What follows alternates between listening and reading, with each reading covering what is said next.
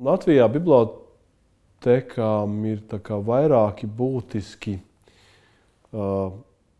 un augsti novērtējami pozitīvi aspekti. Viens ir tas, ka ir tīkls, ka ir sasniedzamība cilvēkiem, kas nedzīvo lielpilsētas reģionā, areālā, Rīgā vai kā, bet kas dzīvo arī dažādās Latvijas vietās, vairāk vai mazāk apdzīvotās, bet ka biblioteka ir šis sasniedzams punkts. Otra lieta ir, ka bibliotekas tagad jau apveltītas ar digitālām iespējām,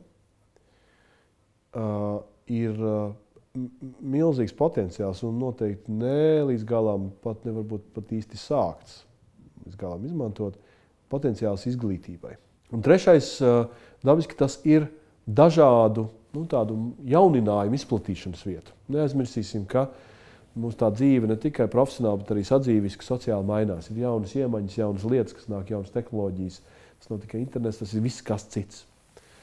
Un, lai sabiedrība varētu dzīvot laikam līdzi, ir šo iemaņu izplatīšana nepieciešama. Labs bibliotekārs palīdz mums pārējiem visiem tikt laikam līdzi, iemācīties kaut ko jaunu. Tā mēs savukārt varam atkal katrs savā vietā vai nu to darbu labāk darīt, vai tām sadzīves lietām labāk tikt galā.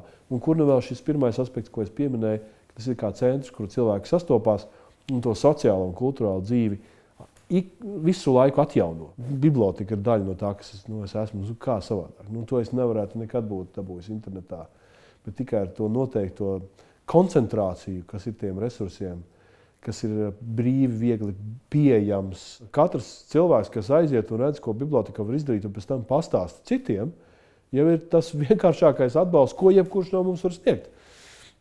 Padomājiet, vienkārši jebkurš Rīgā vai kur dzīvoši, kad jūs pēdējo reizi bijāt kādā no bibliotekām. Ja?